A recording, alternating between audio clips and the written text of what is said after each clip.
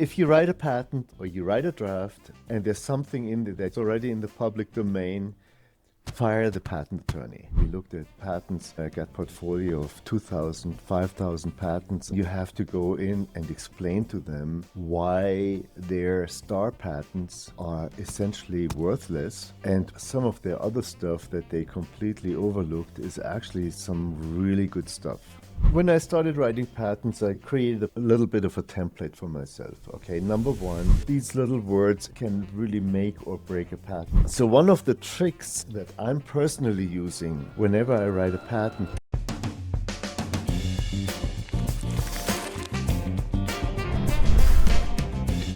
This is the first interview from Patent Renewal, and basically we invite IP professionals to talk about real challenges, lessons, and stories behind intellectual property. The main reason we started this podcast was to cover current topics, to educate, and also share fun and interesting stories to make the sector more appealing to others as well. Today I'm joined by Michael Schuette.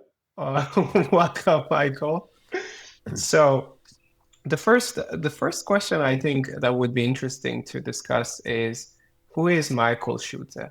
It's a really interesting question because it's been a very long path to get to where I'm at. I started off essentially with mechanical engineering, got pretty bored after a very short time. There was only one girl in the class of 150 people, and so I said, this is not a place where I can be.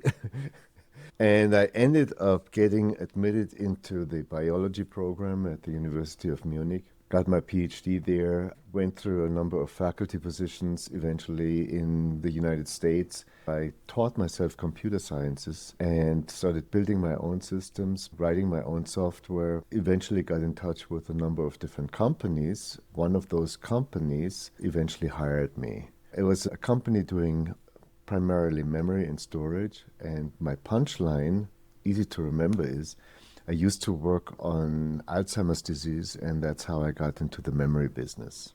Long story short, the company was bought out. One of the surviving members tasked me with liquidating the patent portfolio, and I had honestly no idea. I started wrapping my head around patent stuff, got eventually in touch with a company here in Colorado Springs that did intellectual property management, and had a meeting with the CEO.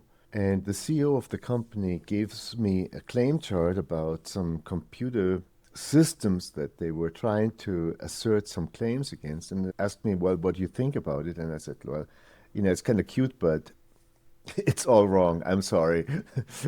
So he said, well, what do you do different? And give me a pen. And I sat there and I crossed out a few things, changed things around. I said, well, this is what you need to do. At the time, I had been unemployed for about 15 months and literally, on my last penny. And the guy asked me, well, do you want a job? And I'm like, well, I really got to think about that. It must have been a very tough decision. Yeah, but you don't want to say it like that. So, and anyway, 2 weeks later, I joined the company. I spent the next 3 years working on patents, doing everything from litigation support to prior art search. I had been working part-time for another company, which was in the memory business. We did the IPO. We were trying to sell the company. And my CEO came to me and asked me, hey, you know what? The only thing that's missing from our company is a comprehensive intellectual property portfolio. I need you to develop this. I want you to write as many patents as you can, whatever you want to do. And I started really looking at our patent portfolio, trying to anticipate where the direction where the industry was going. And then writing over the next 3 years close to 100 patents for this company. About 70 of those patents were granted. Wow. And after the company was subjected to a hostile takeover and eventually run into bankruptcy, but the patent portfolio that I had created out of the total assets made up about 50% of the value of the company. Wow. And that's where my work at Teus, that intellectual property management company, came in extremely handy because we did patent portfolio mining. We looked at patents. I got portfolio of 2,000, 5,000 patents. I had to throw out the bad patents, maintain the good patents, and there's a review with the company. And then you have to go in and explain to them why their star patents are essentially worthless and why some of their other stuff that they completely overlooked is actually some really good stuff. The rule of thumb for any patent to just jump right in is if you can't prove that somebody infringes on your patent, then it's worthless. You can have the best patent in the world, but if there's anything in the claim language that prevents you from proving it, then it's a waste of money and a waste of Can you everybody's tell me an time. example of what would be a good or what would be bad? We had a lot of semiconductor patents where certain structures were outlined, certain circuits. At the time when most of those patents were written, the process node was at 130 nanometer, later going to 50, and eventually at about 30 nanometer process node. It became impossible to prove anything because even with an electron microscope, you can no longer find those structures. Most of the semiconductor patents that are still out there, which were written in the early 2000s, they're worthless now. There's no way to prove that any of those structures actually are there. There are a few exceptions, and I was recently working on some patent portfolio on flash memory and basically targeting the transition from floating gates to charge trap. And Right. you helped drafting this patent application. Is that correct? No, I got a patent portfolio. It was thrown at me, 8,000 patents, and I had to go through and see are there any of those patents in there that are worth something. Some of them were on the structure, and it was, fab process, impossible. But there were some patents in there which literally just outlined the technology. And then it became a matter of actually just looking at the press releases of the other companies where people said, okay, well, we are actually switching from floating gate to charge trap because it gives us better granularity. Wow. So sometimes, luck is on your side, but it's got to be something that's really mainstream technology where people are really saying, okay, well, this is, we're following the standard. This is really what we need to do in order to stay competitive. And then if somebody has a patent on the original technology, then it becomes kind of a no-brainer to prove it. But of course, companies have gotten smarter. Uh, in the old days, you could just go on the website and download the data sheet and look at them and say, okay, well, that's what they are doing. It's right here. It's in their own documentation. Now you can't get to, 90%, 95% of all companies hide their data Exactly. sheets. Yeah. Those are the big things for evaluating patents. Number one, is it possible to demonstrate? And number two, how much effort do you have to spend on proving that somebody infringes it, right? If I have to spend $20 million in reverse engineering and my potential damages are in the order of even $100 million, then by the time I go through the court, I got the people who would finance the lawsuit, investor money. They take about 50%, and the lawyers take another 50%. I spend $10 million, and by the end of the day, I'm getting about, $3 million back That's not a good value proposition, That's, yeah, I wouldn't say that's a right? good return on investment. Right. But people don't realize it. I mean, they're like, okay, we got this patent. Oh, yeah, look, look, look, look. They're doing it. But it's a small company, you know? Yes. Yeah, we can get something out of them, but we're gonna be losing money, Yeah. So we right? have the first two rules. Do you have a third rule also for basically constructing or writing a good patent application? Yeah, that's where it gets really interesting. Companies who want to get patents, they very often take shortcuts. They hire an attorney which is on staff, or they're farming it out, going to a local patent attorney, and it's relatively inexpensive. And what they get back is, you get really what you pay for in most cases. You get patent applications that are beyond mediocre, claims which are flawed. For example, there's this little word and. If you say, okay, well, it has to have this and this in order to apply the claim, your offending product must have both elements.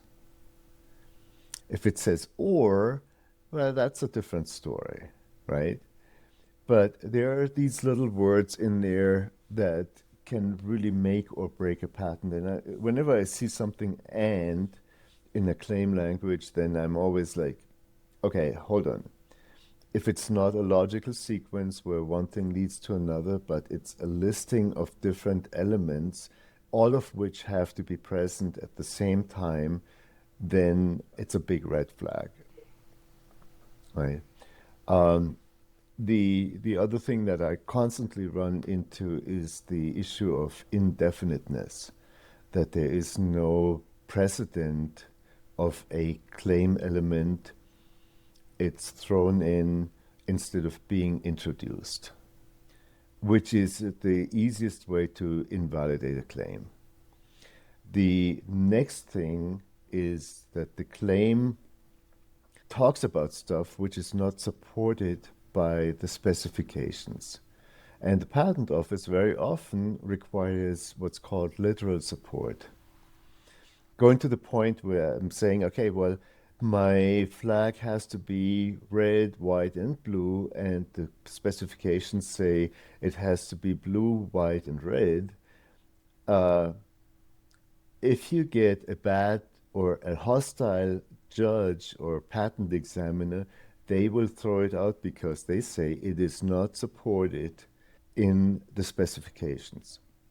So, one of the tricks that I'm personally using whenever I write a patent, I write the specifications, and I take a lot of time writing the specifications, and I put in much more than what I would actually eventually claim, simply because I want to leave myself room for any continuations or divisionals further down the road. And I'm trying to even going into, okay, well, here's my invention. This is the core of the invention. And then I'm trying to do a little bit like, a science fiction approach. Okay, what could happen in the next 10 years or in the next 15 years? But I have to have a solid core on which I base my assumptions, right? And then I take that solid core, which I use for my claim construction, and then I write the claims, and then I take my claims and basically copy them into what's called the brief description of the invention.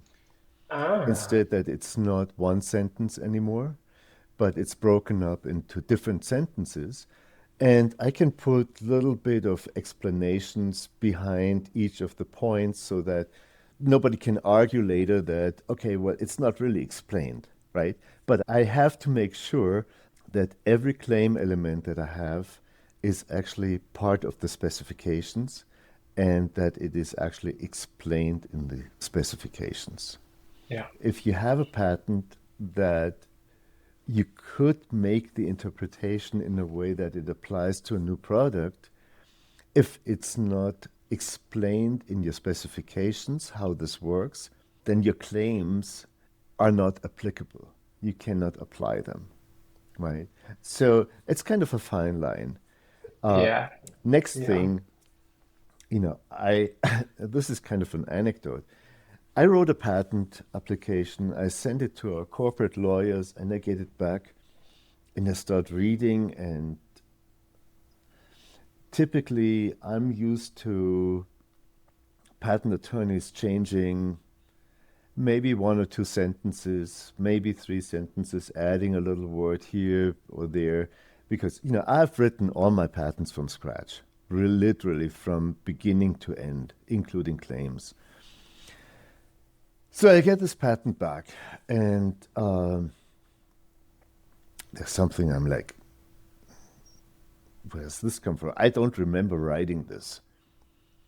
And courtesy of Google, I take a whole paragraph and put it into Google, and it spits out somebody else's patent. Oh, So the patent attorney was trying to, justify his work, fluffing things up, copying and pasting from another patent into my own patent application. And it is the biggest red flag that you can think of, because the patent examiner will do probably the same thing, will do a search for some of this stuff, and then it'll show somebody else's patent. And if that's a patent that was published before my patent was, then it's prior art, and it's the easiest way to just say, okay, well, throw it out. So if you write a patent or you write a draft, you give it to your attorney, you get it back, and there's something in there that you don't understand, try to find where this comes from. And if it's something that's already in the public domain, fire the patent attorney. and I think your point on this also relates back to your third rule, which is you get what you pay for, I guess. So, Right. Yeah, exactly. And I've worked with very good patent attorneys, and I've worked with a lot of patent attorneys which were literally not worth even the phone call. so that's also an interesting question, I think, an interesting topic. Maybe you could just tell me a few words about, do you have a first instinct when you meet or work with a patent attorney? So what makes a patent attorney qualified for you apart from their price range? I had a bad feeling once. I was working with a patent attorney, and I got everything back with a courier typeface, which looked like the typewriter. And I was like, why are you using this? We are no longer in the day of typewriters. And and it turns out his secretary was actually still using a typewriter. And I had a bad feeling about it. And he got some of my patents through, but some of the really good patents were thrown out because he forgot the renewal. Oh, He forgot the date for converting the patent from a provisional application to a utility application. The next red flag is if you come across a patent attorney and they tell you everything is going to be really easy. Yeah, it's going to be like we get this patent.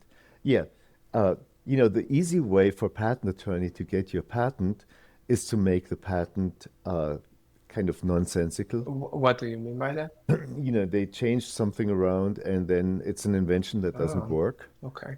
You're not going to run into prior art with something that doesn't work. I mean, chances are, it's like, yeah, well, this person has this element and this person has that element, but here's something that's really unique. And unfortunately, the unique part that gets you past the patent examiner is exactly the part that makes the patent that it doesn't work. And what you're telling me is, if a patent attorney claims it's going to be an easy ride to get the grant, that could potentially mean they are making changes in the claims or the technical descriptions that makes the invention actually They not work, right? either it makes it not work, or it makes it impossible to improve by by adding a lot of ands and into your claims, having multiple elements, which all of which have to be satisfied. There used to be another rule called the three-finger rule. If you get your patent writer back and the claims are longer than what you can cover with three fingers, then it becomes very difficult to enforce those patents. I am just working with another company on going on litigation. The claims are, yeah, I want to say about, a whole hand. I mean, With the preamble, right? with the preamble, but they're solid, and they've been trying to tear those claims apart, and they hold up really good. Claim construction is a form of art. You have to really narrow it down to telling the story of what your invention is supposed to do. And you have to do it within the framework of patent language. So it's almost like learning a new language. Certain words have very specific meanings. There's a word that's called means. If you ever come across claims which have means in there, it's like 80% chance that you can throw them out. And what is the reason behind that? Because a means is a placeholder, and it's very strictly defined. Means has to be defined within the body of the patent, within the patent specifications. And you can have means which are where the word means covers a whole page of the specifications. When it comes to enforcing it, you remove the word means and you copy and paste your entire page of your patent specification into the claim language. So whenever you read the word means, it's something where the patent attorney literally was too lazy to spell out what he wanted to say, or he didn't understand what he wanted to say, and relied on the idea that the specifications had it correct. But if he wrote the patent specifications, chances are that they won't be correct either. Yeah, I mean, means is absolutely, it's one of the worst red flags that you can have in when you get a patent. Okay. Okay. Do you have any other rules for writing a good patent so far? Or would that be sort of the full 5 rules that make up a really good patent application? When I started writing patents, I kind of created a little bit of a template for myself. Okay, number one was the field of the invention. Number two, which problem am I trying to solve? Number three, what's the competitive field within which my patent is operating? What other patents are out there? I was working on one of my favorite patent holders, Rambus. It's a semiconductor company. They got very famous back in the early 2000s. And one of their interesting things about their patents was that they were always granted very quickly. Most of them, the turnaround time from patent filing to issuance was somewhere in the order of a year, maybe 15 Wow. months. And I was wondering, how can they do this? And I started dissecting their patents just on the basis of what makes them fast track. And what I realized, literally, they Yeah. had an entire story of whatever anybody else was doing and why there was a need for their invention. And they quoted 50 patents from other companies and why they were different from what they were doing. If you write a single patent rather than a patent family, you spend an insane amount of time and work on just doing that. It may pay off in a good way because you may even see, okay, there are people who are trying to tackle the same problem, and those are the ideas that they had. And then you realize some of their ideas are good, and some of their ideas lead to an additional idea for myself for my own invention. Not that they had this idea, but you put two and two together and you get four essentially, right? I mean, it's Exactly. Yeah.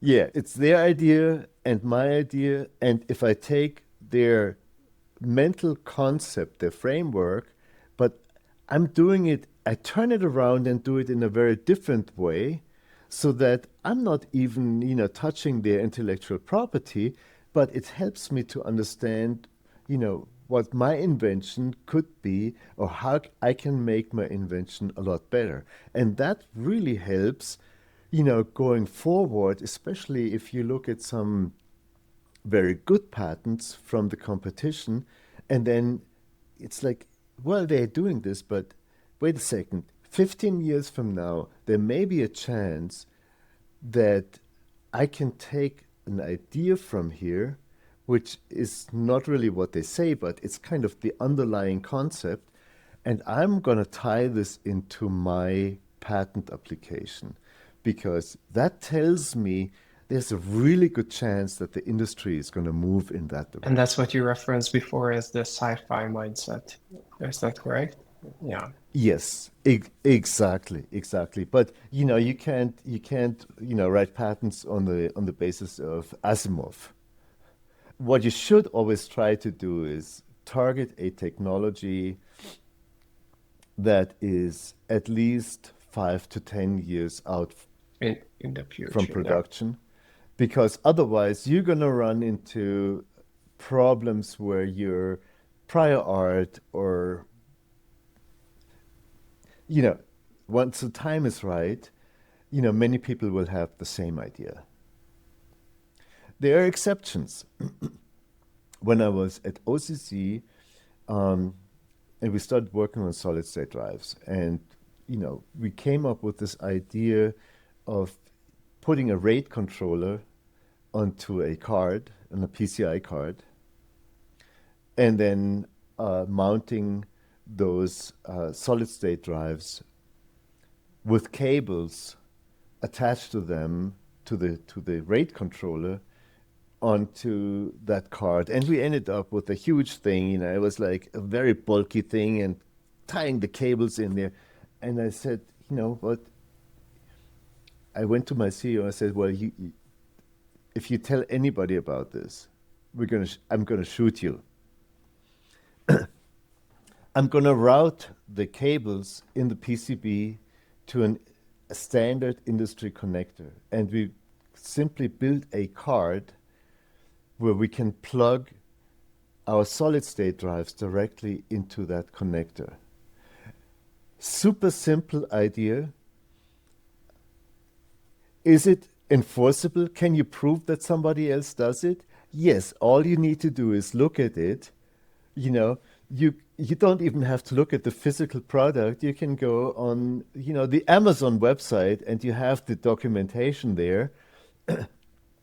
But it was one of those things where nobody had thought about. So you actually filed the patent on this? We filed for the patent, Wow. We got the patent, and it seemed quite straightforward and easy, and no one has done it before. Exactly. Wow. Exactly. Congratulations. That was one of the one of the easiest patents to get and also to enforce. I like that. Moving on to basically the last part of this conversation, I have a few rapid fire questions, and I just want the first thing that comes to your mind to come as an answer. So the first question is, what do you think is the most boring part of the IP work? The most boring part of the is prior art search, and I can only recommend um, not doing much. Not prior do not much prior art search, because if you do prior art search, there's an obligation of reporting it to the patent office if you find something. So if you do it, don't talk about it to anybody.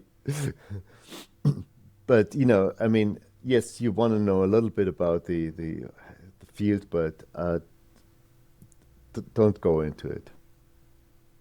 So one thing you would ban from office actions forever. There's an abuse of the obviousness thing. I had a patent application where I had a battery operated mouse with a backup battery where I had two batteries in there, and once one of the batteries went empty, it would switch over and generate a little light. So the patent examiner said, well, here's an example. There's a truck, and and they use it for filming, and they have a big film camera, and if the truck battery, the car battery, runs empty, the film camera's battery has enough capacity to start the truck. I'm like, how are you going to squeeze that into a computer mouse? But the patent examiner was adamant about it. So they actually rejected your patent because they thought that basically an expert in the field Yeah, the pat should have thought this is obvious, right. right? And I think up to this day, I'm just cringing when I think about this argument, because I mean, there's no Yeah. logical. One really quick thing. Uh, don't rely on patent examiners being fluent in English. Many patent examiners come from Far East and do their internship at the patent office as examiner. If you do 2 years as a patent examiner, it's the equivalent of passing the bar You are now exam. referencing the USPTO, And right? I'm referencing the Okay. USPTO, yes.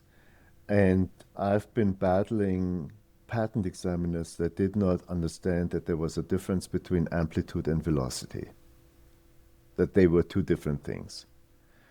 So be very careful reading comments from the patent examiner, because sometimes they operate in, I call it a parallel universe, where in their mind it all makes sense, but in the real world it does not. I think that's super valuable. I have spoken with so many IP attorneys and inventors, and this is one point that hasn't been brought up ever, at least not in my conversations. Even though it seems obvious, Okay. um, I think people in the industry don't talk about it too much. So, Yeah, nobody wants to admit it. And it's gotten a little bit better, but it used to be pretty bad. Try to create a patent portfolio where you have a parent patent and then you have a number of continuations and divisionals. Make sure that you have enough independent claims in there to make the patent defensible. Even if the independent claim is thrown out, that you have dependent claims, that you have something where the claims will hold up.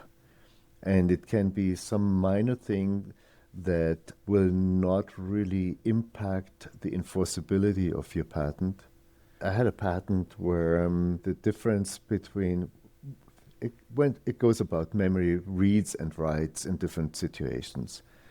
It's an industry standard, but if it's not claimed by somebody else that this works that way, then they can't, yeah, then that claim is definitely going to yeah, stand, right? And this is something where, so I love that. I love that. I also love that this also goes back to one of your previous points, which was, try to be as detailed in your technical description and claims as you can. And then perhaps you will cut it Right. down a little bit, but And if there's a standard, and if there's a standard which outlines a specific way of how things are done, it doesn't hurt you to put it in because it's part of a standard, right? And that really gives you a huge safety cushion. I really like that. The last question is if you could just change one thing in the IP system overnight, what would be that one thing? It should be made a lot easier to file a patent lawsuit. And it should be done in a way that still guarantees fairness also to the infringing companies because they're frivolous lawsuits and we don't want this to happen all over the place. But the current way, is, at least in the US, is very, very biased against inventors. So you feel like if an And inventor starts a patent lawsuit, they have a low chance in the US to actually win that lawsuit.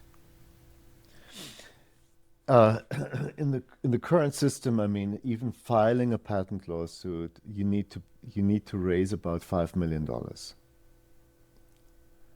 just to go through the motions.